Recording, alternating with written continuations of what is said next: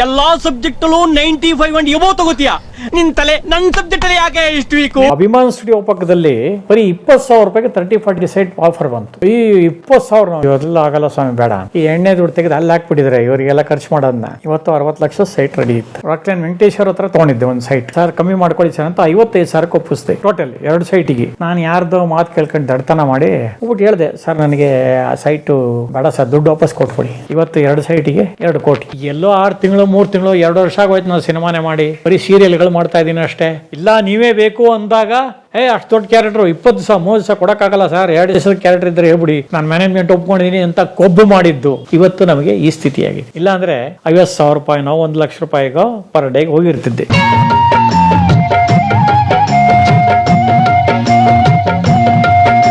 Shankar Nag sir ಆಸ್ತಿ ದುಡ್ಡು ಗಿಡ್ಡು ಮಾಡಿದ್ರ? ಇಲ್ಲ, ಏನು ಮಾಡ್ಲಿಲ್ಲ. ದುಡ್ಡಿನ ವ್ಯಾಮೋಹನೇ ಇರಲಿಲ್ಲ. ಆ 2 ಎಕರೆ ಜಾಗ, ಆ ಜಾಗ ಹಿಂಗೆ ಇದಕ್ಕೋಸ್ಕರ ಒಂದು ಇದನ್ನ ಏನಾರ ಮಾಡಬೇಕು ಅನ್ನಿಸ್ತು. ಹಾಗಾಗಿ ಒಂದು ಸ್ವಲ್ಪ ಸಾಲ ಪ್ಲಸ್ ಒಂದು ಕಾರ್ ಮಾರಿದ್ರು ಅಂತ ಕಾಣುತ್ತೆ. ಅದಕ್ಕೋಸ್ಕರ 2 ಕಾರ್ ಏನಾಯ್ತು, ಆ ಕಾರಿನ ದುಡ್ಡು ಇದು ಎಲ್ಲ ಸೇರಿಸಿ ಅಲ್ಲಿ ತಗೊಂಡಿದ್ದು ಅವಾಗ. ಬಟ್ ನಾವು ಅವಾಗ ಅನ್ಕೋತಾ ಇದ್ವಿ, ಈ ಕೊಂಪೆಗೆ ಯಾಕಪ್ಪ ಹೋಗ್ತಾ ಇದ್ದಾನೆ ಮನುಷ್ಯ ಅಂತ. ಇವತ್ತು ಬಟ್ ಅವರಿಗೆ ಅವಾಗಲೇ ಗೊತ್ತದು ಇದು ಸಿಕ್ಕಾಪಟ್ಟೆ ಬೆಳೆಯುತ್ತೆ ಅನ್ನೋ ಒಂದು ಆಲೋಚನೆ ಅವ್ರಿಗಿತ್ತು. ಇದ್ದಿದ್ರೆ ನಾವು ಬುದ್ಧಿವಂತರಾಗ್ಬಿಡ್ತಾ ಇದ್ದು. ಆ ಜಾಗ ಅಲ್ಲೇ ಅಕ್ಕಪಕ್ಕದಲ್ಲೇ ನಾವು ತಗೊಂಡ್ಬಿಡ್ಬೋದಾಗಿತ್ತು ಕಡಿಮೆ ರೇಟಿಗೆ. ಸಿಕ್ಕಿದ್ದೆ ಬಿಟ್ವಲ್ಲ. ಈಗ ಅಭಿಮಾನ್ ಸ್ಟುಡಿಯೋ ಪಕ್ಕದಲ್ಲಿ Kengeri road, Kengeri Uttarahalli road, Vishnuvardhan road ಅಲ್ಲಿ ಶ್ರೀನಿವಾಸ ನಗರದಲ್ಲಿ ನನಗೆ ಬರೀ 20,000 ರೂಪಾಯಿಗೆ 30-40 ಸೈಟ್ ಆಫರ್ ಬಂತು. 20,000 20,000 ಅದೆಲ್ಲ ಆಗಲ್ಲ ಸ್ವಾಮಿ, ಬೇಡ. ಆಮೇಲೆ ಇವಾಗ ದೊಡ್ಡಣ್ಣ ಇದ್ದಾರಲ್ಲ, ಪಾರ್ಲೆ ಫ್ಯಾಕ್ಟ್ರಿ, ಚಿಕ್ಕ ಬಿದರ್ಕಲ್ಲು, ಹೌದು. ಅದರ ಪಕ್ಕದಲ್ಲಿ ಒಬ್ಬ ಪ್ರೊಡಕ್ಷನ್ನವರು ನಮ್ಮ ಶಿವರಾಮ್ ಒಪ್ಪಂದ ಅವರು ಅವ್ರ ಕಡೆ ಫ್ರೆಂಡ್ಸ್ ಯಾವುದೋ ಇದೆ ಅಂದ್ಬಿಟ್ಟು, ಸರ್ ಬರೀ 25,000 ಸರ್ 30-40 ಸೈಟು, ಈ 500 ರೂಪಾಯಿ ಇವಾಗ ಕೊಡಿ, ಮಂತ್ಲಿ ನಿಮಗೆ ಎಷ್ಟಾಗುತ್ತೋ ಅಷ್ಟು ಕಟ್ಕೊಂಡು ಹೋಗಿ, ಎವ್ರಿ ಮಂತ್ ಸಾಕು, ನಿಮಗೆ ಇನ್ನು 6 ತಿಂಗಳೊಳಗೆ ನಾನು ರಿಜಿಸ್ಟರ್ ಮಾಡಿಸ್ಕೊಡಿಸ್ತೀನಿ, ಆಮೇಲೆ ಉಳಿದಿದ್ದು ಕಟ್ಕೊಂಡು ಹೋದ್ರು ಸಾಕು, ಪತ್ರ ಕೊಡ್ತಾರೆ ಅಂದ. ಓಕೆ ಅಂದೆ, 500 ರೂಪಾಯಿ ಕೊಟ್ಟೆ. ಅದ್ರ ನೆಕ್ಸ್ಟ್ ಮಂತ್ ಬಂದು ದುಡ್ಡು ಕೇಳ್ದ. ಇವೆಲ್ಲವೂ ದುಡ್ಡುಗಳೇ ಇಲ್ಲ, ಯಾವುದುವೇ ಭಾಳ ಟೈಟಾಗಿ ಹೋಗಿದೆ, ಕೆಲಸ ಬೇರೆ ಇಲ್ಲ ಕಣೋ, ಪ್ರಾಬ್ಲಮ್ ಆಗುತ್ತೆ. ಸರ್ ಹಂಗೆ ಹೇಳಿದ್ರೆ ಕಷ್ಟ ಆಗುತ್ತೆ ಸರ್. ಇಲ್ಲ ನೆಕ್ಸ್ಟ್ ಮಂತ್ 1,000ನೇ ಕೊಟ್ಬಿಡ್ತೀನಿ ಕಣೋ ಅಂದೆ. ನೆಕ್ಸ್ಟ್ ಮಂತ್ ಮತ್ತೆ ಕೊಡೋಕ್ಕಾಗಲಿಲ್ಲ. ಏನು ಮಾಡಲಿ ಸರ್ ಅಂದ. ಬೇಡ ನಂಗೆ ವಾಪಸ್ ಕೊಟ್ಬಿಡೋ ದುಡ್ಡು, ಸೈಟು ಬೇಡ ಏನು ಬೇಡ ಅಂತ. ಸರ್ ಅವ್ರು ವಾಪಸ್ ಕೊಡಲ್ಲ ಸರ್ ಅಂದ. ಬೇಡ ಹೋಗ್ಲಿ ಬಿಡೋ. 500 ರೂಪಾಯಿ ಅನಾಯಾಸಗೆ ಎತ್ಕೊಟ್ಟೆ. ಕಷ್ಟಪಟ್ಟು ಅಲ್ಲಿ ಇಲ್ಲಿ ಕಿತ್ಬಿಟ್ಟು ಈ ಎಣ್ಣೆ ದುಡ್ಡು ತೆಗೆದು ಅಲ್ಲಿ ಹಾಕ್ಬಿಟ್ಟಿದ್ರೆ ಇವರಿಗೆಲ್ಲ ಖರ್ಚು ಮಾಡೋದನ್ನ. ಇವತ್ತು 60 ಲಕ್ಷ ಸೈಟ್ ರೆಡಿ ಇತ್ತು.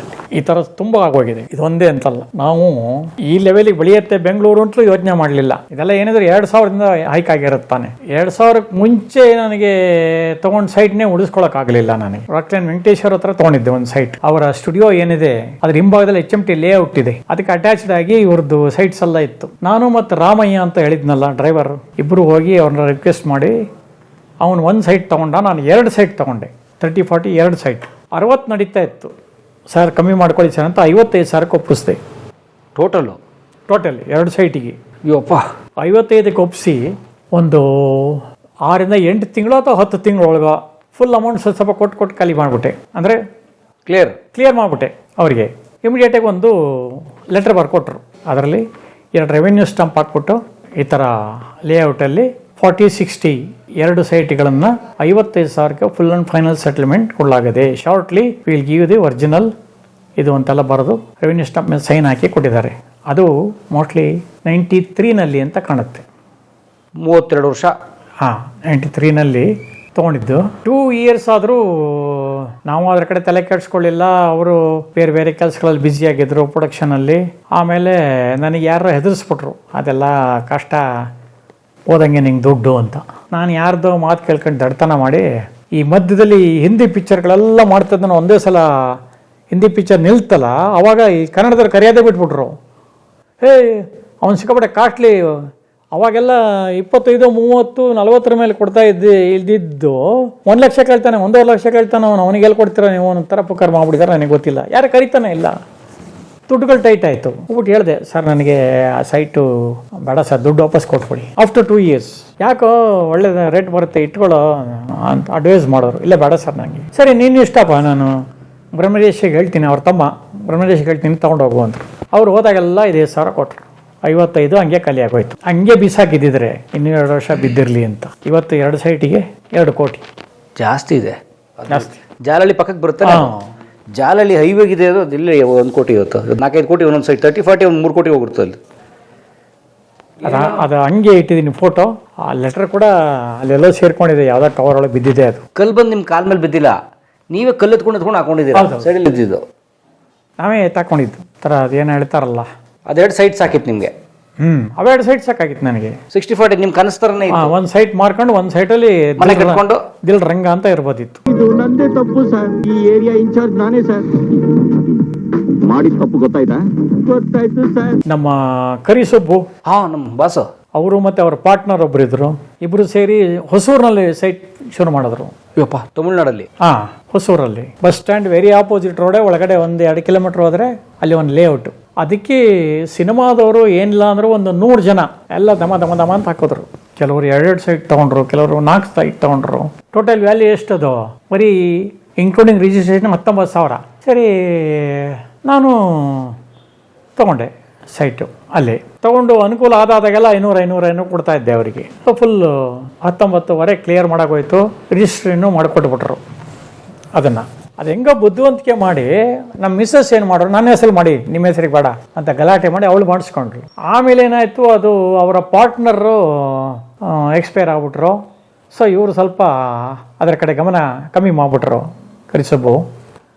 ಸೊ ಒಬ್ಬೊಬ್ಬರೇ ಮೋಸ್ಟ್ಲಿ ಈವನ್ ಉಮಾಶ್ರೀನು ತೊಗೊಂಡಿದ್ರು ಅಂತ ಕಾಣುತ್ತೆ. ಅವರು ಬಿಟ್ಟರು. 4-5 ಸೈಟು ಸಾಯಿ ಪ್ರಕಾಶ್ ತೊಗೊಂಡಿದ್ರು. ಅವರು ಸ್ವಲ್ಪ ತೊಂದರೆ ಆದಾಗ ಅವ್ರು ಮಾರ್ಕೊಂಡ್ರು. ಅಸೋಸಿಯೇಟ್ ಒಬ್ಬರು ಅವರು ಮಾರ್ಕೊಂಡ್ರು. ತುಂಬ ಜನ ವೈಂಡ್ ಅಪ್ ಮಾಡೋಕ್ಕೆ ಶುರು ಮಾಡಿಬಿಟ್ರು. ಅವಾಗೊಬ್ಬ ಲೈಟ್ ಮ್ಯಾನ್ ಬಂದ್ಬಿಟ್ಟು ನನಗೆ, ಸರ್ ನಿಮ್ಮದು ಇರಬೇಕಲ್ಲ ಸರ್ ಸೈಟು, 80,000 ಕೊಡ್ತೀನಿ ಸರ್, ಕೊಟ್ಬಿಡಿ ಸರ್ ಅಂದ. ಲೈಟ್ ಮ್ಯಾನು ರಾಕ್ಲೈನಲ್ಲಿ ಕೆಲಸ ಮಾಡುವಾಗ. ಅವ್ನು ರಾಕ್ಲೈನ್ ಗಮನಿಲಿದ್ದ ಸತೀಶ. 80,000 ಕೊಡ್ತೀನಿ ಸರ್, ಕೊಟ್ಬಿಡಿ. ಮನೆಯವ್ರಿಗೆ ಹೋಗಿ ಹೇಳಿದೆ. ಕೊಟ್ಟಿರೋದು 20,000, ನಾವು 80,000 ಬರ್ತಾ ಇದೆ, ಕೊಟ್ಬೇಡ ನಾನು ಕೊಡಲ್ಲ, ಹಂಗೆ ಬಿದ್ದಿರಲಿ ಅಂತ. ಒಂದಾಯ್ತು, 1 ಕಾಲ ಆಯ್ತು, 1.5 ಆಯ್ತು, 2 ಲಕ್ಷ ತನಕ ಆಫರ್ ಬಂತು, ಕೊಡಲಿಲ್ಲ ಅವಳು. ಈಗ ಒಂದು 6-7 ಇಯರ್ಸ್ ಅಲ್ಲ 10 ಇಯರ್ಸೇ ಆಗಿದೆ. 10 ಇಯರ್ಸ್ ಬ್ಯಾಕ್ ಏನಾಯಿತು, ಯಾವುದೋ ಒಂದು ಲೀಸಿಗೆ ಮನೆ ಹಾಕ್ಕೊಳ್ಳೋಕ್ಕೋ ನಾವು ಒಂದು ಸ್ವಲ್ಪ ಹಣಕಾಸಿನ ಮುಗ್ಗಟ್ಟು ಬಂತು ಅಂತ ಇದೇ ಒಂದು ನೆಪ ನೋಡೋ ಮಾರ್ಬೋಣ ಅಂದೆ. ಸರಿ, ಹೊಸೂರಿನಲ್ಲೇ ಯಾರೋ ಒಬ್ಬನ ಕ್ಯಾಚ್ ಹಾಕಿದೆ, ಮಂಜುನಾಥ್ ಅಂತ. ಒಳ್ಳೆ ರೇಟ್ ಹಾಕ್ಸ್ಕೊಡ್ತೀನಿ ಸರ್, ಕೊಟ್ಬಿಡಿ ಅಂದ. ಎಷ್ಟು ಕೊಡ್ತೀಯಪ್ಪ ಅಂದ. 5 ಲಕ್ಷ ಕೊಟ್ಟರೆ ಕೊಡ್ತೀನಿ ಅಂದೆ. ಅಷ್ಟೆಲ್ಲ ಆಗಲ್ಲ ಸರ್, 3.5 ಕೊಡ್ತೀನಿ ಸರ್ ಅಂದ. ನಮ್ಮ ಮನೆಯವ್ರು ಒಪ್ಪಲಿಲ್ಲ.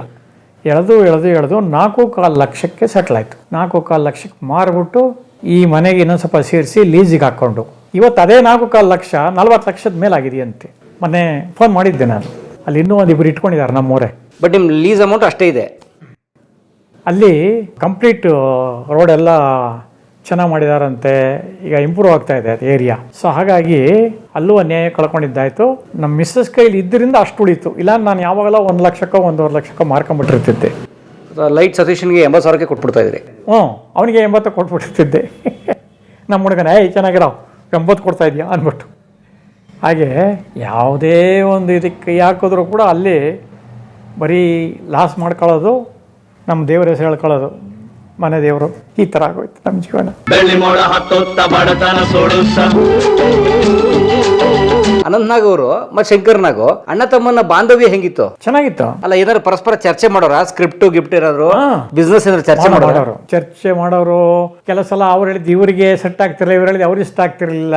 ಹೋಗ ಅನ್ಕೊಂಡು ಹೋಗೋರು, ಮತ್ತೆ ಬಂದು ಸೇರಿ ಆಗೋರು. ಒಟ್ನಲ್ಲಿ ಒಂಥರ ಒಳ್ಳೆ ಕಾಂಬಿನೇಷನ್ ಅವರಿಬ್ರದ್ದು. ಅರಸಾಳಿಗೆ ಹೊರಟಾಗ ನಂಗೆ ಒಂದ್ಸಲ ರಾತ್ರಿ 1 ಗಂಟೆ ತನಕ ಶೂಟಿಂಗ್ ಮಾಡ್ಬಿಟ್ರು ಆಗುಂಬೆಲೆಗೆ. ಮಾಡ್ಬಿಟ್ಟು ಸೀದಾ ಈಗ ಹೊರಟು ಬರೋಣ, ಅಲ್ಲಿ ಸೆಟ್ಲಾಗಿ ರಿಹರ್ಸಲ್ ಎಲ್ಲ ಮಾಡೋದ್ರೊಳಗೆ ಬೆಳಕರ್ದು ಹೋಗುತ್ತೆ, ಹಂಗೆ ಮುಗಿಸ್ಕೊಂಡ್ ಬಂದ್ಬೋಣ ಸೀನಾ ಅಂತ. ಬದುಕಿದೆ ನಾನು ಬರೋದಿಲ್ಲ ಅಂತ ಇವರು ಅನಂತವರು. ಅವಾಗ ಇಮ್ಡಿಯೇಟಾಗಿ ಏನು ಉತ್ತರ ಕೊಡ್ತಿರ್ಲಿಲ್ಲ. ಮತ್ತೆ ಹೋಗ್ಬಿಟ್ಟು ಸಮಾಧಾನ ಮಾಡಿ ಹಿಂಗಾಗತ್ತೆ, ಹಿಂಗಾಗ್ಬಿಡುತ್ತೆ, ಹೋಗ್ಬೋಣ, ನೀನು ಹಿಂಗೆ ಮಾಡ್ಬಿಟ್ರೆ ಹೆಂಗಣ, ಬಾಣ ಅಂತ ಸ್ಲೈಸ್ ಕರ್ಕೊಂಡು ಹೋಗೋರು. ಮತ್ತೆ ಆಯ್ತು ನಡಿಯಪ್ಪ ಅಂತ ಆಮೇಲೆ ಹೋಗೋರು. ಹಾಗೆ ಇಬ್ಬರಲ್ಲೂ ಹೊಂದಾಣಿಕೆ ಚೆನ್ನಾಗಿತ್ತು. ಅವರು ಅಂದರೆ ತುಂಬ ಒಂದು ಪ್ರೀತಿ ವಾತ್ಸಲ್ಯ ಎಲ್ಲ ಚೆನ್ನಾಗೇ ಇತ್ತು ಅವ್ರಿಗೆ. ಅವ್ರ ಜೊತೆನೂ ಅಷ್ಟೇ, ಅವ್ರ ಮಿಸ್ಸಸ್ ಅಂತೂ ಅವ್ರ ಬಗ್ಗೆ ಹೇಳಂಗಿಲ್ಲ ಬಿಡಿ. Made for each other. ಪ್ರತಿಯೊಂದಕ್ಕೂ ಅವರು ಎಲ್ಲ ಲೆಕ್ಕಾಚಾರ ಹಾಕಿ ನೋಡಿ, ಓಕೆ ಶಂಕರ್ ಮಾಡು ಅಂತ. ಇಲ್ಲ ಅಂದ್ರೆ ಅವ್ರು ಅನ್ಕೊಂಡಿದ್ದು ಯಾವುದೋ ಮಾಡಕ್ ಆಗ್ತಾನೆ ಇರಲಿಲ್ಲ. ಅವರು ಏನು ಮೂವ್ ಮಾಡಿಸಿರು, ಫೈಲ್ ಆಗಲಿ, ಇನ್ನೊಂದಾಗಲಿ, ಮೆಟ್ರೋ ಆಗಲಿ, ಇನ್ನೊಂದಕ್ಕಾಗಲಿ, ನೀನು ಯಾಕೆ ಸುಮ್ಮನೆ ಕೂತ್ಕೋ, ಅದಕ್ಕೆ ಅಷ್ಟೊಂದು ದುಡ್ಡು ಖರ್ಚು ಮಾಡ್ತೀವಿ ಅನ್ಬಿಟ್ಟಿದ್ರೆ ಆಗ್ತಾನೆ ಇರಲಿಲ್ಲ. ಬಟ್ ಹಂಗೆ ಮಾಡ್ತಿರಲಿಲ್ಲ ಅವರು. ಫುಲ್ ಸಪೋರ್ಟ್ ಮಾಡೋರು, ಪ್ರತಿಯೊಂದಲ್ಲೂ ಸಪೋರ್ಟ್ ಮಾಡೋರು. ನಾನು ಇದೀನಿ ಜೊತೆಲಿ, ಮಾಡೋ ಶಂಕರ್ ಅಂತ. ಅವ್ರದ್ದು ಕಾಂಬಿನೇಷನ್ ತುಂಬಾ ಚೆನ್ನಾಗೈತೆ, ಕೆಮಿಸ್ಟ್ರಿ. ಆಸೆ ಗೀಸೆ ಏನೂ ಇಲ್ಲ ರೀ. Very good, super, excellent, I expected this from you. ಅದೇ ಉಜಿರೆ ಆಕ್ಸಿಡೆಂಟ್ ಅದು ಆ್ಯಕ್ಚುಲಿ ಏನಾಯಿತು ಅಂದರೆ ಒಂದ್ಸಲ ಉಜಿರೆಯಲ್ಲೇನೋ ಪರ್ಚೇಸಿಂಗು ಮತ್ತು ಪ್ಲ್ಯಾನಿಂಗ್ ಎಲ್ಲ ಇದೆ ಅಂದ್ಬಿಟ್ಟು ಎಲ್ಲ ಬಾಂಬೆ ಆರ್ಟಿಸ್ಟ್ ಫೇರ್ ಒಬ್ಬ ಬಂದಿದ್ದ, ಅವನು ಕರ್ಕೊಂಡು ಹೊರಟೋಗಿದ್ರು. ವಾಪಸ್ ಬರುವಾಗ ಒಂದು ಮೈನರ್ ಆಕ್ಸಿಡೆಂಟ್ ಆಗೋಯ್ತು. ಮೈನರ್ ಆಕ್ಸಿಡೆಂಟ್ ಆದರೂ ಕೂಡ ಸ್ವಲ್ಪ ತರಚಿ ಗಾಯಗಳು, ನೋವು, 1-2 ಸಾರಿ ರೆಸ್ಟ್ ಬೇಕು ಅನ್ನೋ ಲೆವೆಲ್ಗೆ ಆಯಿತು 3-4 ಜನಕ್ಕೆ. ಸೊ ಎಲ್ಲರೂ ಅಂದ್ಕೊಂಡಿದ್ದು ಅಷ್ಟೇ, ನಾಳೆ ಶೂಟಿಂಗ್ ಇರಲ್ಲ, ಅವರೇ ಮೇಯ್ನ್ ಸಂಬಂಧಪಟ್ಟಂಗೆ ಅಂಥೇಳಿ. ಆದರೆ ಶಂಕರ್ ಏನು ಮಾಡಿದ್ರು, ಬಂದ ಕೂಡಲೇ ಅದು ಏನು ಬೇಕೋ ಅದಕ್ಕೆಲ್ಲ ಟ್ರೀಟ್ಮೆಂಟ್ ಎಲ್ಲ ಕೊಟ್ಟಿದ್ದಲ್ದಲ್ಲೇ ಅವ್ರಲ್ಲಿ ಹುಮ್ಮಸ್ ತುಂಬಿರು. ಇದೆಲ್ಲ ಏನರ ಮಾಮೂಲಿ, ಇದೆಲ್ಲ ಈಗ ತಲೆ ಕೆಡಿಸ್ಕೋಬಾರ್ದು ಅಂಥೇಳಿ ಆ ಒಂದು ಇನ್ಸ್ಪಿರೇಷನ್ ಏನಿತ್ತು ಎಲ್ರಿಗೂ ಮರ್ತು ಹೋಯ್ತು. ನಮ್ಗೆ ಆಕ್ಸಿಡೆಂಟ್ ಆಗಿದೆ, ನೋವಾಗಿದೆ ಅಂತಾನೆ. ಆಯ್ತು ಶಂಕರ್, ಬೆಳಗ್ಗೆ ಶೂಟಿಂಗ್ ಮಾಡೋಣ. ಎಲ್ರಿಗೂ ಅಷ್ಟೊತ್ತಿಗೆ ನ್ಯೂಸ್ ಸುದ್ದಿ ಹೋಗ್ಬಿಟ್ಟಿದೆ, ಆಕ್ಸಿಡೆಂಟ್ ಆಯ್ತಂತೆ 3-4 ಜನ ಆರ್ಟಿಸ್ಟ್ಗಳಿಗೆಲ್ಲ ಏಟಾಗಿದೆ, ನಾಳೆ ಶೂಟಿಂಗ್ ಇರಲ್ಲ ಅಂತ ಎಲ್ಲ ರಿಲ್ಯಾಕ್ಸ್ ಆಗಿ ಮಲಗಿಬಿಟ್ಟಿದ್ದಾರೆ. ಬೆಳಗ್ಗೆನೇ ಇವ್ರು ಎಲ್ಲರೂ, ಎಲ್ರಪ್ಪ ಏನೇ ಮಾಡ್ತಾ ಇದ್ದಾರೆ ಇನ್ನೂ, ನಡ್ರೆ ಹೋಗೋಣ ಶೂಟಿಂಗ್. ಸರ್ ಅದು ಆಕ್ಸಿಡೆಂಟ್. ಯಾವ ಆಕ್ಸಿಡೆಂಟ್ ಎಲ್ಲ ಏನೂ ಇಲ್ಲ. ನೋಡೋರು ಆಕ್ಸಿಡೆಂಟ್ ಆಗಿರೋದು ನಿಜ. ಅದಕ್ಕೆ ತಕ್ಕಂಗೆ ಡ್ರೆಸ್ಗಳು ಚೇಂಜ್ ಮಾಡಿ, ಅದು ಕಾಣದಂಗೆ ಮುಗಿಸಿ, ಎಲ್ರಿಗೂ ಒಂದು ಧೈರ್ಯ ತುಂಬಿ ಶೂಟಿಂಗ್ ಮಾಡೋರು. ಯಾವ ತೊಂದರೆನೂ ಆಗದಂಗೆ ಶೂಟಿಂಗ್ ಆಗೋಯ್ತು. ಮಾಲ್ಗುಡಿ ನಾನು ನನ್ನ ಗಂಡನ್ ಬಿಟ್ಟು ಮಾಲ್ಗುಡಿಲಿ ಇರಕ್ಕಾಗಲ್ಲ. ಮತ್ತೆ ಬಿಟ್ಬಿಡೋಣ ಮಾಲ್ಗುಡಿ. ನಾನು ಸ್ವಲ್ಪ ದುಡ್ಡು ಕೊಡಿ ಇಟ್ಟಿದ್ದೀನಿ, ಹಾಗೋ ನಡೆದೋಗುತ್ತೆ. ಏನು ಒಂದು ಕರೇಜು, ಆಮೇಲೆ ಅವರಿಗೆ ಸ್ಫೂರ್ತಿ ಕೊಡೋದು ಎಲ್ಲ ಇದೆಯಲ್ಲ, ಅದು ಎಲ್ರಿಗೂ ಮಾಡೋಕ್ಕೆ ಸಾಧ್ಯ ಇಲ್ಲ. ಆ ಥರ ಮಾಡ್ಕೊಂಡು ಹೋಗೋರು ಅವರು. ನನಗೆ ಒಂದು ಸಲ ಏನಾಯ್ತು ಅಂದರೆ, ಈ ಕೆಲವರು ಫೋನ್ ಮಾಡಿ, ಸರ್ ತುಂಬ ಸಣ್ಣ ಸಿನಿಮಾ ಸರ್, ಅದಕ್ಕೊಂದು ಎಕ್ಸಾಂಪಲ್, ನಾಳೆ ಇವತ್ತು 9 ಅಲ್ವಾ, ನಾಳೆ 10ನೇ ತಾರೀಕು ನನಗೊಂದು ಜಡ್ಜ್ ಕೇಳ್ರ ಆಫರ್ ಬಂದಿತ್ತು. ಎಲ್ಲ ಆಯಿತು, ಮೆಜರ್ಮೆಂಟ್ ಆಯಿತು. ಅಯ್ಯೋ ಮೆಜರ್ಮೆಂಟ್ ಯಾಕಪ್ಪ ಬೇಕು, ಜಡ್ಜ್ ತಾನೇ, ನಿಮಗೆ ಬೇಕಾಗಿರೋದು ಕರಿ ಪ್ಯಾಂಟು ಇಲ್ಲ ಬಿಳಿ ಪ್ಯಾಂಟು, ಬಿಳಿ ಶರ್ಟು ನಾನೇ ಹಾಕೊಂಬರ್ತೀನಿ, ಗೌನು ಕರಿ ಕೋಟು 2 ರೆಡಿ ಮಾಡಿ ಸಾಕು ಅಂದೆ. ಕಾಸ್ಟ್ಯೂಮರಿಗೆ ಕೊಟ್ಟರು. ಕಾಸ್ಟ್ಯೂಮರು ಓಕೆ ಸರ್, ಗೌನು ಮತ್ತು ಇದು ತೊಗೊಂಬರ್ತೀನಿ ನಾನು, ಕರಿ ಕೋಟು, ಜಡ್ಜ್ ಗೌನು ತೊಗೊಂಬರ್ತೀನಿ ಸರ್, ನೀವು ಕರಿ ಪ್ಯಾಂಟು ವೈಟ್ ಶರ್ಟ್ ತಂದುಬಿಡಿ ಸರ್. ಆಯ್ತು, ಅವ್ರು ತರ್ತೀನಿ. ಎಲ್ಲ ಆಯಿತು. ಅವ್ರು ಎಕ್ಸಿಕ್ಯೂಟಿವ್ ಪ್ರೊಡ್ಯೂಸರು ಯಾರಿಗೋ ಕೊಡ್ತೀನಿ ಅಂದರು. ಸರ್ ಏನು ತೊಗೋತಾ ಇದ್ದಾರ ಸರ್? ಇವಾಗೆಲ್ಲ 10 ಕೇಳ್ತಾ ಇದ್ದೀನಿ ಸರ್, ಇನ್ನು ಎಷ್ಟು ವರ್ಷ ಹೀಗೆ ಇರೋಕ್ಕಾಗತ್ತೆ ಅಂದೆ. ಟಕ್ ಅಂತ ಫೋನ್ ಇಮಿಡಿಯೇಟ್ ಕಟ್ ಮಾಡಿದ್ರೆ ಕಾಸ್ಟ್ಯೂಮರಿಗೆ ಕೊಟ್ಟರು. ಅವನು ವಿಷ್ಣುವರ್ಧನ್ದೆಲ್ಲ ಮಾಡ್ತಾ ಇದ್ದವನು, ಭಾಳ ಹಳೆಯ ಸ್ನೇಹಿತ ನನಗೆ. ಅವನು, ಸರ್ ತುಂಬ ಸ್ಮಾಲ್ ಬಜೆಟ್ ಸಿನಿಮಾ ಸರ್ ಇದು, ಅಷ್ಟೆಲ್ಲ ಅವರಿಗೆ ವರ್ಕೌಟ್ ಆಗಲ್ವಂತೆ, ಅವರು ಆ್ಯಾವ್ರೇಜ್ 3 ರೇಂಜಲ್ಲಿ ಹುಡುಕ್ತಾ ಇದ್ದಾರಂತೆ ಸರ್ ಅಂತ. 3,000 ಸೀರಿಯಲ್ಲೇ ಮಾಡಲ್ವಲ್ಲಪ್ಪ, ಅಷ್ಟು ಕಮ್ಮಿಗೆ ಸಿನಿಮಾನ, ಎಷ್ಟೇ ಸ್ಮಾಲ್ ಬಜೆಟ್ ಆದರೂ ಸಿನಿಮಾಕ್ಕಂತೂ ಆ ರೇಟಿಗೆ ನಾನು ಮಾಡಲ್ಲ, ಯೋಚನೆ ಮಾಡಿ ಹೇಳಿ ಪರವಾಗಿಲ್ಲ ಅಂತ. ಆಮೇಲೆ ಮತ್ತೆ ಫೋನ್ ಮಾಡ, ಸರ್ ಫೈನಲ್ ಏನು ಹೇಳ್ತೀರಾ ಸರ್, ನಾನು ಟೆಕ್ಸ್ಟ್ ಮಾಡ್ತೀನಿ ಹೋಗಿ ಅಂತ ಮೆಸೇಜ್ ಹಾಕಿದೆ. ಕೊನೆಗೆ ಸಣ್ಣ ಸಿನಿಮಾನಿದ್ದಕ್ಕೆ ನೀವು 5,000 ರೂಪಾಯಿ ಕೊಟ್ಟರೆ ಮಾಡ್ತೀನಿ, ಇಲ್ಲ ಅಂದರೆ ನನಗೆ ಬೇಡ, ದಯವಿಟ್ಟು ಬೇರೆ ಯಾರಿಗಾರು ಕೊಡಿ ಪಾಪ, ಅನ್ನ ಯಾರಿಗೆ ಋಣ ಇರುತ್ತೋ ಅವರು ಮಾಡಿಕೊಳ್ಳಿ ಅಂತ ಮೆಸೇಜ್ ಹಾಕಿದೆ. ಇದೇ ಟೈಮಲ್ಲಿ ನಾಳೆಗೆ ನನಗೆ ಒಂದು ವೆಬ್ ಸೀರೀಸ್ ಮಾಡಿದೆ, ನಮ್ಮ ಡಾಲಿ ಧನಂಜಯ್ದು. ಅದರಲ್ಲಿ ಒಂದು ವಾಚ್ಮ್ಯಾನ್ ಕ್ಯಾರೆಕ್ಟರ್ ಮಾಡಿದೆ, ಅದು ಸ್ವಲ್ಪ ಕಾಮಿಕ್ ಮಿಕ್ಸ್ ಎಲ್ಲ ಇದೆ. ಅದರ ಡಬ್ಬಿಂಗಿಗೆ ಕರೆದ್ರು ನನಗೆ. ಸರ್ ಒಂದು ಸ್ವಲ್ಪ ಟೈಮ್ ಕೊಡಿ, ಯಾರೋ ಒಬ್ಬರು ಟೆಂಟೇಟಿವ್ ಬುಕ್ಕಿಂಗ್ ಮಾಡಿದ್ದಾರೆ ನನಗೆ ಜಡ್ಜ್ ಕ್ಯಾರೆಕ್ಟ್ರಿಗೆ. ಅವ್ರೇನಾರ ಇಲ್ಲ ಸರ್ ಆಯಿತು ಒಂಚೂರು ಹೆಚ್ಚು ಕಮ್ಮಿ ಕೊಡ್ತೀವಿ ಬನ್ನಿ ಸರ್ ಅನ್ನೋಬಿಟ್ರೆ ನಾಳೆಗೆ ನಿಮಗೆ 11ಕ್ಕೆ ಡಬ್ ಮಾಡಿಕೊಡ್ತೀನಿ ನಾನು, ಇಲ್ಲ ಅಂದರೆ ನಾಳೆನೇ ಮಾಡ್ತೀನಿ ಸರ್ ಅಂದೆ. ದಯವಿಟ್ಟು ಹೇಳ್ಬಿಡಿ ಸರ್, ಸಾಯಂಕಾಲದೊಳಗೆ ಹೇಳಿ ಸರ್ ನಮಗೆ ಅಂದರು. ನಿನ್ನೆ ಸಾಯಂಕಾಲ ಮೆಸೇಜ್ ಆಗಿದೆ, ಈ ಥರ ಡಬ್ಬಿಂಗ್ ಇದೆ ಒಂದು ಡಾಲಿ ಅವ್ರದ್ದು, ನಾನು ಹೋಗಬೇಕು, ಅವ್ರಿಗೆ ಕೊಡೋ ಡೇಟು, ನಿಮ್ದು ಏನಾದ್ರು ಚೇಂಜಸ್ ಆಗಿದೆಯೋ. ಆಮೇಲೆ ನಾವು ಹೇಳಿದ್ವಲ್ಲ ಸರ್ ಮಾತಾಡಿ ಹೇಳ್ತೀನಿ ಅಂದೆ ಅಂದ್ಬಿಟ್ರೆ ನೀವು ಪಕ್ಕ ಕ್ಯಾನ್ಸಲ್ ಅಂತ ಏನು ಹೇಳಿಲ್ಲ, ನನ್ನ ಮೇಲೆ ಸುಮ್ಮನೆ ನೀವು ಗೂಬೆ ಕೂರಿಸ್ಬಾರ್ದು, ಅದರಿಂದ ಏನಾಯ್ತು ಹೇಳಿ ಎಂದೆ. ಅರ್ಧ ಗಂಟೆ ಟೈಮ್ ಕೊಡಿ ಸರ್ ಅಂತ. ರಾತ್ರಿ ಫೋನ್ ಮಾಡ್ದ, ಇಲ್ಲ ಮೆಸೇಜ್ ಮಾಡಿದ್ದಾನೆ, ಸರ್ ಇನ್ನೊಂದು ಸಲ ನಾವು ಸೇರೋಣ ಸರ್, ಅವರು ಬೇರೆ ಕಲಾವಿದರನ್ನ ಅದೇ ರೇಂಜಿಗೆ ಬುಕ್ ಮಾಡ್ಕೊಂಡಿದ್ದಾರಂತೆ ಸರ್, ಆಗಲಪ್ಪ ದೇವ್ರು ಒಳ್ಳೇದು ಮಾಡಲಿ ಅಂತ ಮೆಸೇಜ್ ಹಾಕಿದೆ. ಹಾಕಿ ಇಮಿಡಿಯೇಟಾಗಿ ಇವರಿಗೆ ಫೋನ್ ಮಾಡಿ ಹೇಳಿದೆ, ಸರ್ 10ನೇ ತಾರೀಕು ನಿಮ್ಗೆ ಡಬ್ಬಿಂಗ್ ಫಿಕ್ಸ್ ಮಾಡ್ಕೊಳ್ಳಿ, ನಾ ಬರ್ತೀನಿ ಅಂತ. ಹಾಗೆ ನಾವು ಬಿಗಿನಿಂಗನ್ನೇ ಸ್ವಲ್ಪ ಬಿಗಿ ಆಗದಲ್ಲೇ ಇದ್ದಿದ್ದು, CBI ಶಂಕರ್ ಆದ್ಮೇಲೆ ಬಂದಂಥ ಆಫರ್ಗಳನ್ನೆಲ್ಲ ಬಿಟ್ಟಿದ್ದು. ಇಲ್ಲ ನೀವೇ ಬೇಕು ಅಂದಾಗ ಅಷ್ಟು ದೊಡ್ಡ ಕ್ಯಾರೆಕ್ಟ್ರು 20 ದಿವಸ 30 ದಿವಸ ಕೊಡೋಕ್ಕಾಗಲ್ಲ ಸರ್, 2 ದಿವಸದ ಕ್ಯಾರೆಕ್ಟರ್ ಇದ್ದರೆ ಹೇಳ್ಬಿಡಿ, ನಾನು ಮ್ಯಾನೇಜ್ಮೆಂಟ್ ಒಪ್ಕೊಂಡಿದ್ದೀನಿ ಅಂತ ಕೊಬ್ಬು ಮಾಡಿದ್ದು ಇವತ್ತು ನಮಗೆ ಈ ಸ್ಥಿತಿಯಾಗಿದೆ. ಇಲ್ಲಾಂದರೆ 50,000 ರೂಪಾಯಿನೋ 1 ಲಕ್ಷ ರೂಪಾಯಿಗೋ ಪರ್ ಡೇಗೆ ಹೋಗಿರ್ತಿದ್ದೆ ನಟನಾಗಿ. ಇದರ ರಿಪೋರ್ಟ್ ಪ್ರಕಾರ ನಿಮ್ಗೆ 100% ಬ್ರೈನ್ ಟ್ಯೂಮರ್ ಇಲ್ಲ. But doctor 1 minute please come. Excuse me. ನನಗೆ ಇನ್ನೊಂದು ಇನ್ಸಿಡೆಂಟ್ ಜ್ಞಾಪಕಕ್ಕೆ ಬರುತ್ತೆ. ಫ್ಯಾಂಟಮ್ ಅಂತ ಯಾವುದೋ ಒಂದು ಸಿನಿಮಾ, ನಮ್ಮ ಗುರು ದೇಶಪಾಂಡೆ ಅವರು, ಅವ್ರ ಪ್ರೊಡ್ಯೂಸರ್ ಅಂತ ನನಗೆ ಗೊತ್ತಿಲ್ಲ. ಮ್ಯಾನೇಜರ್ ಫೋನ್ ಮಾಡಿದ್ರು, ಸರ್ ಒಂದು ಡಾಕ್ಟರ್ ಪಾತ್ರ ಇದೆ, ಆಕ್ಚುಲಿ 2 hours ಇದ್ದೆ ಸಾಕು ಸರ್ ನಿಮ್ಮ ಪಾತ್ರ, 6 ಗಂಟೆಗೆ ಬಂದರೆ 8 ಗಂಟೆಗೆ ಕಳಿಸ್ಬಿಡ್ತೀವಿ ಸಾಯಂಕಾಲ RS ಗೌಡ ಸ್ಟುಡಿಯೋಲಿ. ಏನು ಕೊಡ್ಬೇಕು ಸರ್? ನೀವು ಚಿಕ್ಕ ದಾರ ಮಾಡಿಸಿ ದೊಡ್ಡ ದಾರ ಮಾಡಿಸಪ್ಪ, 5,000 ಕಮ್ಮಿ ಅಂತೂ ಸಿನಿಮಾ ಮಾಡಲ್ಲ ನಾನು. ಆಯ್ತು ಮಾತಾಡ್ತೀನಿ ಸರ್ ಅಂದ. ಫೋನ್ ಮಾಡ್ದ, 3-3.5 ರೇಂಜಲ್ಲೇ ಇದ್ದಾರೆ ಸರ್, ಹಿಂಗೆ ಬಂದು ಹಿಂಗೆ ಹೊರಟೋಗಿ ಸರ್, ಯಾಕೆ ಬಂದಿದ್ದು ಬಿಡ್ತೀರಾ ಅಂತ. ಇಲ್ಲಪ್ಪ ಅಷ್ಟು ಕಮ್ಮಿ ಆಗಲ್ಲ ಅಂತ. ಸರಿ ಏನೋ ಒಂಚೂರು ಸೇರಿಸ್ಕೊಡೋಕೆ ಹೇಳ್ತೀನಿ ಬನ್ನಿ ಸರ್, ಬೇರೆ ಸಿನಿಮಾದೆಲ್ಲ ಮಾಡ್ಕೊಡ್ತೀನಿ ಸರ್. ಆಯ್ತು, ರೆಗ್ಯುಲರ್ ಮ್ಯಾನೇಜರ್ ಕಳ್ಕೊಳ್ಳೋದು ಬೇಡ, ಏನು ಸಾಯಂಕಾಲ ಹಿಂಗೆ ಹೋಗಿ ಹಿಂಗೆ ಬಂದ್ಬಿಡ್ತೀನಿ ಅಂತ ಅದು ಒಪ್ಕೊಂಡೆ. ಹೋದೆ ಕರೆಕ್ಟಾಗಿ ನಾನು ಹೇಳ್ದಂಗೆ 6 ಗಂಟೆಗೆ ಹೋದ್ಮೇಲೆ, ಸರ್ ಟಿಫನ್ ಮಾಡ್ಕೊಂಡು ರೆಡಿ ಆಗ್ಬಿಡಿ ಸರ್ ಅಂದರು. ಟಿಫನ್ ಮಾಡಿಕೊಂಡೆ, ರೆಡಿ ಆದೆ, ಕರೆದ್ರು. ಅಲ್ಲಿ ಹಾಫ್ ವೇ ಓಪನ್ನು, ಆಲ್ರೆಡಿ 4ನೇ ವ್ಯಕ್ತಿ ಹಿಂಗೆ ಸಿರಂಜಲ್ಲಿ ಹಿಂಗೆ ಬ್ಲಡ್ ತೆಗೆದಿದ್ದೀನಿ, ಸಿಸ್ಟರ್ ಹತ್ರ ಕೊಡ್ತೀನಿ, ಇಮಿಡಿಯೇಟಾಗಿ ಲ್ಯಾಬಿಗೆ ಕಳಿಸಿ ಇದನ್ನು ಚೆಕ್ ಮಾಡಿಸಿ ನನಗೆ ರಿಪೋರ್ಟ್ ಬೇಕಮ್ಮ, DI ಟೆಸ್ಟ್ ಎಲ್ಲ ಮಾಡಬೇಕು ಅಂತೆಲ್ಲ ಹೇಳ್ತೀನಿ. ಈ ಕಡೆ ಫೋನ್ ಮಾಡಿದ್ರೆ ಪ್ರಕಾಶ್ ಬೆಳವಾಡಿ ಅವರು ಫೋನ್ ಹೊಡಿತಾರೆ ನನಗೆ, ಡಾಕ್ಟ್ರೇ ಏನಾಯ್ತು ಅಂತ.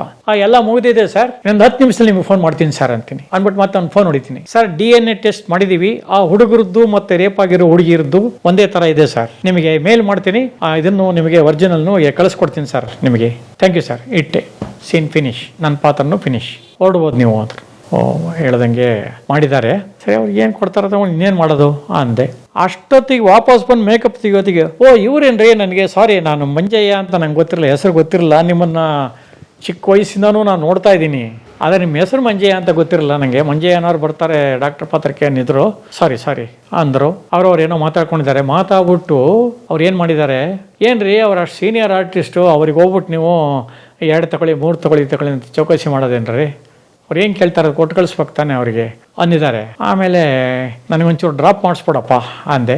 ಕವರ್ ಕೊಟ್ಟರು, ಕಾರ್ ಕಳಿಸಿದ್ರು. ನಾನು ಕಾರಲ್ಲಿ ಹೋಗ್ತಾ ಸುಮ್ಮನೆ ಕ್ಯೂರಿಯಾಸಿಟಿ, 3 ಇಟ್ಟಿದ್ದಾರೆ 3.5 ಇಟ್ಟಿದ್ದಾರೆ ನೋಡೋಣ ಅಂತ ತೆಗೆದ್ರೆ, ನಾನು ಕೇಳಿದ 5,000 ಅದರಲ್ಲಿದೆ ಸರ್. ಅದು ಗುರು ದೇಶಪಾಂಡೆ ಅವರ ದೊಡ್ಡ ಸ್ಥಿತಿ, ಕಲಾವಿದ ಅಂತ ಗುರ್ತು ಹಿಡಿದು ಇಂಥ ಸೀನಿಯರಿಗೆ ಇವ್ರು ಚೌಕಾಸಿ ಮಾಡಬಾರ್ದಿತ್ತು ಅಂತ ನಾನು ಕೇಳಿದ 5,000ನೇ ಕೊಟ್ಟು ಕಳಿಸಿದ್ದಾರೆ. 2 ಅವರ್ ಕೆಲಸ ಮಾಡಿದ್ರು ಕೂಡ.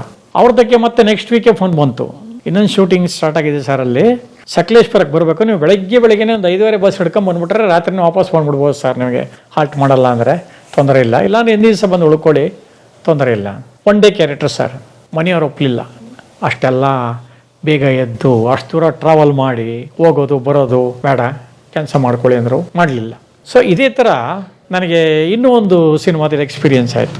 ಬಿಲ್ಲಾ D20 ಅಂತನೋ ಯಾವುದೋ ಒಂದು ಎಕ್ಸ್ಪೆರಿಮೆಂಟ್ ಸಿನಿಮಾ, ಅದು ಅವರು ಮೊಬೈಲಲ್ಲಿ ಶೂಟ್ ಮಾಡ್ತಾ ಇದ್ದಾರೆ. ಮೊಬೈಲಲ್ಲಿ ಅದಕ್ಕೇನೋ ಒಂದಿಷ್ಟು ಲೆನ್ಸ್ಗಳು ಹಿಡ್ಕೋದು ಎಲ್ಲ ಮಾಡ್ಕೊಂಡು ಪ್ಲ್ಯಾನ್ ಮಾಡ್ತಾ ಇದ್ದಾರೆ. ನನಗೆ ಫೋನ್ ಮಾಡಿದ್ರು, ಸರ್ ಒಂದು ಡಾಕ್ಟ್ರ್ ಪಾತ್ರ ಇದೆ, 3 ಸೀನ್ ಬರುತ್ತೆ, ನೀವು ಮಾಡಿದ್ರೆ ಚೆನ್ನಾಗಿರುತ್ತೆ ಸರ್, ನಿಮ್ಮನ್ನು ಎಷ್ಟು ತಗೋತೀರಾ ಅಂತ ಕೇಳೋದ್ರಲ್ಲಿ ನಮಗೆ ಅರ್ಥ ಇಲ್ಲ ಸರ್, ನಾವು ಏನೋ ಒಂದು ಗೌರವಧನ ಅಂತ ಕೊಡ್ತೀವಿ, ಬಂದು ಮಾಡಿ 1-2-3 ಅವರ್ಸಲ್ಲಿ ಮುಗಿಸಿ ಕಳಿಸ್ಬಿಡ್ತೀವಿ ಸರ್ 3 ಸೀನು. ಸುಂಕದ ಕಟ್ಟೆ ಹತ್ರ ವೆಂಕಟಲಕ್ಷ್ಮಿ ನರ್ಸಿಂಗ್ ಹೋಮ್ ಇದೆಯಲ್ಲ, ಅಲ್ಲಿಗೆ ಬಂದ್ಬಿಡಿ ಸರ್, ಒಂದು 2:15 ಬಂದರೆ ಸಾಕು ಸರ್, 6 ಗಂಟೆಗೆ ಕಳಿಸ್ಬಿಡ್ತೀನಿ ಅಂದರು.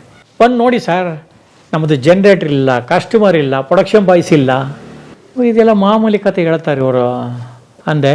ನಾನು ಸರಿ ಊಟ ಎಲ್ಲ ಮಾಡಿಕೊಂಡು ಅವ್ರು ಬೇರೆ ಕಡೆಯಿಂದ ಶಿಫ್ಟ್ ಆಗ್ತೀನಿ ಅಂತ ಹೇಳಿದರು. 2:15 ಹೊರಟೋದೆ, ಯಾರು ಬಂದೇ ಇಲ್ಲ. ಇದೇನೇ ಇದು ಗಾಬರಿ ಆಯಿತು. ಕೌಂಟ್ರಲ್ಲಿ ಹೋಗಿ ಕೇಳಿದೆ, ಇಲ್ಲ ಫೋನ್ ಮಾಡಿದ್ರು, ಆನ್ ದ ವೇ ಇದೀವಿ ಅಂದ್ಬಿಟ್ಟು ಬರ್ತಾ ಇದ್ದಾರೆ ಶೂಟಿಂಗ್ನವರು ಅಂದರು. ಸರಿ 2:35 ಬಂದರು, ಎಲ್ಲ ಆಯಿತು. ಮೇಕಪ್ ಏನು ಬೇಡ ಸರ್, ಮೇಕಪ್ ಮ್ಯಾನೇ ಇಲ್ಲ, ನೀವೇನು ಕಲರ್ ಇದ್ರೆ ಬಿಡಿ ಸರ್ ಅಂದರು. ಕಾಸ್ಟ್ಯೂಮ್ ಅಂದರು, ಕಾಸ್ಟ್ಯೂಮ್ ನಾನು ಎಲ್ಲ ಐರನ್ ಆಗಿರೋದೇ ತಂದುಬಿಟ್ಟಿದ್ದೀನಪ್ಪ, 3 ಡ್ರೆಸ್ ತಂದಿದ್ದೀನಿ ಅಂದೆ, ಹಾಕೊಂಡು ರೆಡಿ ಆದೆ. ಅವ್ರು ಹೇಳ್ದಂಗೆ ನೋಡ್ತೀನಿ, ಆ ಕಡೆ ಈ ಕಡೆ ಜನ್ರೇಟ್ರ್ ಇಲ್ಲ, ಅಲ್ಲೇನು ಹಾಸ್ಪಿಟ್ಲಲ್ಲಿ ಇತ್ತು ಅದೆಲ್ಲ ಇಟ್ಟು ಹಾಕ್ಕೊಂಡಿದ್ದಾರೆ. ಚಿಕ್ಕದು ಹಿಂಗೆ ಕ್ಯಾಮ್ರಾ ಹಿಡ್ಕೊಂಬಂದರು, ಇದನ್ನು ಮೊಬೈಲ್ನ ಅದರಲ್ಲಿ ಶುರು ಮಾಡ್ರು ಸೀನು. ಆ ಸೀನ್ ಮುಗಿತಾ ಬಂತು, ಅಸ್ಟೆಂಡೇಟ್ರ್ ಬಂದ, ಸರ್ ಟೀ ಅಂದ. ಇಷ್ಟಂಗೆ ಡೈಲಾಗ್ ಹಾಕ್ಕೊಡಿದ್ನಲ್ಲ ಇವನು, ಓಹೋ ಇವನೇ ಟೀ ಮಾಸ್ಟ್ರುವಾ, ಸರಿಯಪ್ಪ ಟೀ ಕುಡಿದೆ. ಆ ಸೀನ್ ಮುಗಿದೋಯ್ತು. ಇನ್ನೊಂದು ಸೀನ್ ಆಯಿತು, ಆಮೇಲೆ ಮತ್ತೆ 3ನೇ ಸೀನು ಫಿನಿಶ್ ಆಯಿತು. ಏನೋ ಮಾಂಟೇಜ್ ಶಾಟ್ ಒಂದೆರಡು ತೆಗೆದ್ರು. ಅಷ್ಟೊತ್ತಿಗೆ ಕರೆಕ್ಟಾಗಿ 6 ಗಂಟೆ. ಸರ್ ಹೇಳ್ದಂಗೆ ಮುಗಿಸಿದ್ದೀವಿ ಸರ್, ತುಂಬ ಥ್ಯಾಂಕ್ಸ್ ಸರ್. ಡಬ್ಬಿಂಗ್ ಡೇಟ್ ಹೇಳ್ತೀವಿ, ದಯವಿಟ್ಟು ನೀವೇ ಬಂದು ಡಬ್ ಮಾಡ್ಬೇಕು ಸರ್. ನಾವು ಮಾಡಿದ್ಮೇಲೆ ನಾನೇ ಮಾಡ್ತೀನಪ್ಪ, ನಾನು ಬೇರೆ ಕೈಲಿ ಮಾಡ್ಸೋಕ್ಕೆ ಇಷ್ಟಪಡಲ್ಲ, ನಮಗೊಂದು ಸ್ಯಾಟಿಸ್ಫ್ಯಾಕ್ಷನ್ ಇರಲ್ಲ ಕ್ಯಾರೆಕ್ಟ್ರಿಗೆ. ಆಯ್ತು ನಾನೇ ಬಂದು ಮಾಡ್ತೀನಿ ಬಿಡು ಅಂತ. ಸರ್ ತುಂಬ ಥ್ಯಾಂಕ್ಸ್ ಸರ್ ಅಂತ 2 ಪಿನ್ ಹಾಕ್ಬಿಟ್ಟಿದ್ದಾರೆ ಕವರ್ಗೆ. ಕವರ್ ತಂದು ಕೊಟ್ಟರು, ತುಂಬ ಥ್ಯಾಂಕ್ಸ್ ಸರ್ ಅಂತ. ಇನ್ನು ಅವ್ರ ಎದುರಿಗೆಲ್ಲ ಹೊಡೆಯೋಕ್ಕಾಗಲ್ಲ, ಮನೆಗೆ ಹೋಗ್ಬಿಟ್ಟು ನೋಡ್ಕೊಂಡ್ರೆ ಆಯಿತು. ಏನದೇ ನೋಡಿದ್ನಲ್ಲ, ಜನ್ರೇಟ್ರು ಇಲ್ಲ, ಪ್ರೊಡಕ್ಷನ್ನು ಇಲ್ಲ, ಓ ಇದು ಒಂಥರ ಎಕ್ಸ್ಪೆರಿಮೆಂಟು ಅಷ್ಟೇ. ಇದು ಇನ್ನೂ 2 ಕಮ್ಮಿ ಆಗಿದ್ರು, 500 ಕಮ್ಮಿ ಆಗಿದ್ರು ಏನೂ ಮಾತಾಡೋಂಗಿಲ್ಲ, ಬಿಡಿ ಏನು ಮಾಡೋಕ್ಕಾಗಲ್ಲ, ಇಂಥವೆಲ್ಲ ಆಗ್ತಾ ಇರ್ತವೆ ಅಂದ್ಕೊಂಡು ಮನೆಗೆ ಬಂದ್ಬಿಟ್ಟು, ನಾವು ಮುಗಿತಮ್ಮ ಅದೇನು ನೋಡ್ಕೊ, ಎಷ್ಟು ಕೊಟ್ಟಿದ್ದಾರೆ ಗೊತ್ತಿಲ್ಲ, ವರ್ಕೌಟ್ ಇರಲಿ ಅಂತ ಕೊಟ್ಟು ಹಿಂಗೆ ಹೋಗ್ಬಿಟ್ಟು ಎಣಿಸ್ತಾಳೆ. 4,000 ರೂಪಾಯಿ ಇದೆ ಸರ್ ಅದ್ರಲ್ಲಿ. ಶಾಕ್ ಆಗೋಯ್ತು ನನಗೆ. 2.5, 3 ಅಂತ ಬೇರೆಯವರು ಚೌಕಾಸಿ ಮಾಡ್ತಾರೆ, ಇವರು ಏನೂ ಇಲ್ಲದೆ, ಪ್ರೊಡಕ್ಷನ್ ಇಲ್ಲದೆ, ಜನ್ರೇಟರ್ ಇಲ್ಲದೆ ಎಷ್ಟು ಸಿಂಪಲ್ಲಾಗಿ ಮಾಡ್ತಿರ್ತಕ್ಕಂಥ ಎಕ್ಸ್ಪೆರಿಮೆಂಟ್ ಮಾಡೋ ಸಿನಿಮಾದವರು ಇವರು 4,000 ರೂಪಾಯಿ ಇಟ್ಟಿದ್ದಾರಲ್ಲ. ಓಕೆ ಅಂತ ಆಮೇಲೆ 1 ತಿಂಗಳು 2 ತಿಂಗಳು ಆದಮೇಲೆ ಡಬ್ಬಿಂಗ್ ಕರೆದ್ರು, ಹೋಗಿ ಮುಗಿಸ್ಕೊಟ್ಟು ಬಂದೆ. ಸೊ ಹಾಗೆ ನನಗೆ ಈ ಥರ ಅನುಭವಗಳೂ ಆಗಿದೆ, ಆ ಥರ ಅನುಭವಗಳೂ ಆಗಿದೆ. ಕೊಡ್ತೀವಿ ಅಂದ್ಬಿಟ್ಟು ಕೊಡದೇ ಇರೋದು, ಅಥವಾ ಮಾಡಿಸ್ಕೊಂಬಿಟ್ಟು ಹೇಳ್ದನಲ್ಲ ನಾನು ಇದು ಅಂಥ ಒಳ್ಳೆ ಪಾತ್ರ 8 ಲಕ್ಷದವರೆಗೂ ಡಿಮ್ಯಾಂಡ್ ಮಾಡಿದ್ದ ಅವನು. ನಾವೇನು 8 ಲಕ್ಷ ಕೇಳ್ತೀವ, ಕೊಡ್ತೀವಿ ಅಂತ ಒಪ್ಕೊಂಡಿದ್ದು ಕೊಡಲಿಲ್ಲ 1 ಲಕ್ಷ. ಈ ಥರ ಅನ್ಯಾಯಗಳು ಆಗಿದೆ. ಕೆಲವರು ಸುಮ್ಮನೆ ಮಾಡ್ತಾರೆ, ಆಯಿತು ಕಳಿಸ್ಕೊಡ್ತೀವಿ ಹೋಗ್ರಿ, ಬರೋದೇ ಇಲ್ಲ ದುಡ್ಡು. ಅದಕ್ಕೆ ಅದು ಮಾಡದೆ ಹೋದರೂ ಪರವಾಗಿಲ್ಲ, ಏನೋ ಒಂಚೂರು ಕಣ್ಣಿಗೆ ಕಾಣಂಗೆ ಕೊಡ್ತಾರಾ ಮಾಡೋಣ. ಅದೇ ಮೊನ್ನೆ ಮ್ಯಾಕ್ಸಲ್ಲಿ ಮಾಡಿದೆ, ಆದರೆ ನನ್ನ ಸೀನ್ ಶೂಟ್ ಮಾಡೋಕ್ಕಾಗಲಿಲ್ಲ ಅವತ್ತು. ಡಾಕ್ಟ್ರ್ ಪಾತ್ರ ಮೇಕಪ್ ಮಾಡ್ಕೊಂಡು ಕಾಯ್ಕೊಂಡಿದ್ದು, ಇದು ICU ರೆಡಿ ಆಗಲಿಲ್ಲ, ಕ್ಯಾನ್ಸಲ್ ಆಯಿತು. ನೆಕ್ಸ್ಟ್ ವೀಕ್ ಮತ್ತೆ ಇಟ್ಕೊಂಡ್ರು, ನೆಕ್ಸ್ಟ್ ವೀಕು ಹೋದೆ. ಅವತ್ತು ಸಾಯಂಕಾಲ ತನಕ ಮಾಡಿ ಅದೇನೋ ಸೀನ್ ಸರಿಯಾಗಿ ಬಂದಿಲ್ಲ, ಅದು ಬೇಡ ಅಂದ್ಬಿಟ್ಟು ಕ್ಯಾನ್ಸಲ್ ಆಗೋಯ್ತು. ಆದರೆ ನನ್ನ ಕ್ಲೋಸ್ ಫ್ರೆಂಡ್, ನನ್ನ ಹಾಗೆ ಸೀನಿಯರ್ ಮ್ಯಾನೇಜರ್ ಚಂಪಕಧಾಮ ಬಾಬು ಅಂತ ಮ್ಯಾನೇಜರ್, KGF ಎಲ್ಲ ಮಾಡಿದ್ರಲ್ಲ. KGF ಮಾಡಿದ್ರು, ದೊಡ್ಡ ದೊಡ್ಡ ಸಿನಿಮಾ. ಅವರು ಇವ್ರದ್ದು ಯಾರು ನಮ್ಮ ಹೊಂಬಾಳೆದೆಲ್ಲ ಅವರು ಆಲ್ಮೋಸ್ಟ್ ಪರ್ಮನೆಂಟ್ ಮಾಡ್ತಾರೆ, ದೊಡ್ಡ ಬ್ಯಾನರ್ ಮಾಡ್ತಾರೆ. ಕೆಲವು ಆರ್ಟಿಸ್ಟ್ ಡೇಟ್ ಕೂಡ ಹ್ಯಾಂಡಲ್ ಮಾಡ್ತಾನೆ ಅವನು. ಅವನದು ಒಂಥರ ಎನ್ಸೈಕ್ಲೋಪೀಡಿಯಾ ಇದ್ದಂಗೆ. ಆಲ್ಮೋಸ್ಟ್ ಎಲ್ಲ ದೊಡ್ಡ ಆರ್ಟಿಸ್ಟು, ಟೆಕ್ನಿಷಿಯನ್ಸು, ಹೈದರಾಬಾದ್ನವರು, ಬಾಂಬೆನವರು, ಮಡ್ರಾಸ್ನವರು ಎಲ್ಲ ಅವನಿಗೆ ಲಿಂಕಲ್ಲಿದ್ದಾರೆ. ದೊಡ್ಡ ಮ್ಯಾನೇಜರ್ ಅವನು. ಅವನಿಗೆ ಹೇಳಿದೆ, ಅಲ್ಲಪ್ಪ ಇಷ್ಟು ವರ್ಷ ಆಯಿತು, 2,000 3,000 ತಗೋತಾ ಇದ್ದವನ್ನ 5,000ಕ್ಕೆ ತಂದು ನಿಲ್ಲಿಸಿದವನೇ ನೀನು. 20 ವರ್ಷದ ಕೆಳಗೆ 20 ವರ್ಷ ಆಯಿತು ನಾನು 5,000 ತಗೋಕ್ಕೆ ಶುರು ಮಾಡಿ, ಇನ್ನೂ 20ರಲ್ಲೇ ಇದಿರಲ್ಲಪ್ಪ. ಯಾವಾಗಲೇ ನಮ್ಮನ್ನು ಸ್ವಲ್ಪ ಪ್ರೊವೋಕ್ ಮಾಡಿ ಜಾಸ್ತಿ ಕೊಡೋಂಗೆ ಮಾಡೋದು. ಕಂಟಿನ್ಯೂಸ್ ಆಗಿ ತಿಂಗಳಲ್ಲಿ 10 ದಿವಸ ಕೆಲಸ ಇದ್ರೆ ನಾನು ಯೋಚನೆ ಮಾಡಲ್ಲ, 4 ಕೊಟ್ಟರು ಸುಮ್ಮನೆ ತೊಗೊಂಡ್ಬಿಡ್ತೀನಿ. 10 4 40, ಅದಕ್ಕಿಂತ ಇನ್ನೇನು ಬೇಕು ಜೀವನ ಮಾಡೋಕ್ಕೆ ಅಂತ. ಎಲ್ಲೋ 6 ತಿಂಗಳು 3 ತಿಂಗಳು 2 ವರ್ಷ ಆಗೋಯ್ತು ನಾನು ಸಿನಿಮಾನೇ ಮಾಡಿ, ಬರೀ ಸೀರಿಯಲ್ಗಳು ಮಾಡ್ತಾ ಇದ್ದೀನಿ ಅಷ್ಟೇ. ಸ್ವಲ್ಪ ನೋಡಿ ಕೊಡ್ಸಪ್ಪ ಅಂದೆ. ನೀವು ನಂಬಲ್ಲ, 10,000 ರೂಪಾಯಿ ಥರ ಹಾಕ್ಸ್ಕೊಟ್ಟ ಕೆಲಸ ಮಾಡ್ದಲ್ಲೇ. ಹಾಗೆ ಆ ಪುಣ್ಯಾತ್ಮ ಚೆನ್ನಾಗಿರಲಿ, ಅವನಿಗಿರೋ ಒಂದು ಒಳ್ಳೆ ಗುಣದಿಂದ ನಮಗೊಂಚೂರು ಪ್ರಮೋಷನ್ ಸಿಕ್ತು. ಅದನ್ನು ಮೊನ್ನೆ ಒಬ್ರಿಗೆ ಹೇಳಿದೆ, ಕೇಳಿ ನೋಡಿರ್ಬೇಕಾರೆ ಬಾಬು ಅವರಿಗೆ 10,000 ತೊಗೊಂಡಿದ್ದೀನಿ ರೀ, ಒಂದು 6-7 ಕೊಡಿಸಿ. ಇಲ್ಲ ಸರ್ ನಮ್ಮ ಬಜೆಟ್ಟೇ 3 ಅಂತ. ಏನು ಮಾಡ್ತೀರಾ? ಈ ಥರ ಕೂಡ ಆಗತ್ತೆ. ಹಾಗೆ ಥರ ನಡ್ಕೊಂಡು ಹೋಗ್ತಾ ಇದೆ. ಬಹಳ ದಿವಸ ಮೀಟ್ ಮಾಡಿದ್ದೀರಾ, ಏನು ಸಂಕೋಚ ಪಟ್ಕೋಬೇಡಿ, you can exchange your feelings. ಅಲ್ಲೇ ಅವಲ್ಲ ಮ್ಯಾನೇಜರ್ ವೇಣು ಅವ್ರ ಪರಿಚಯನ ನಿಮಗೆ? ವೇಣು ಭಾಳ ಕ್ಲೋಸ್. ವೇಣುದು ನಂದು ಹೇಗಿದೆ ಅಂದರೆ ಒಂಥರ ಲಿಂಕು.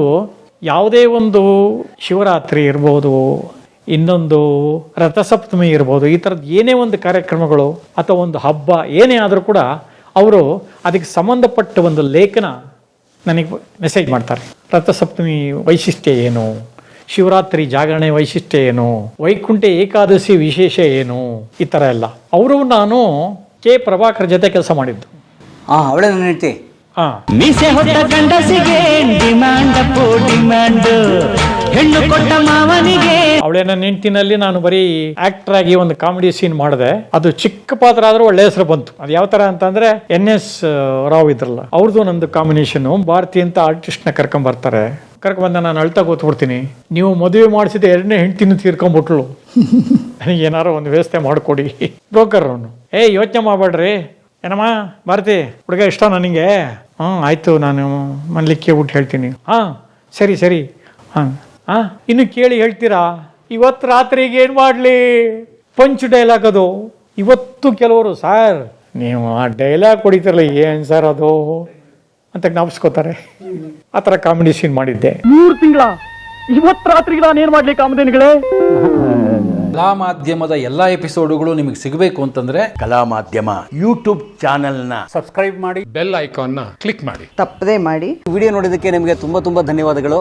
ಪುಸ್ತಕಗಳನ್ನ ಓದು ಮನಸ್ಸನ್ನ ಅರಳಿಸುತ್ತೆ, ಬುದ್ಧಿಯನ್ನು ಚುರುಕು ಮಾಡುತ್ತೆ, ಕಾಣದ ಹೊಸ ಲೋಕವನ್ನು ಪರಿಚಯಿಸುತ್ತೆ. ಹಾಗಾಗಿ ಓದುವ ಸಂಸ್ಕೃತಿ ಹೆಚ್ಚಾಗ್ಲಿ. ಧನ್ಯವಾದ.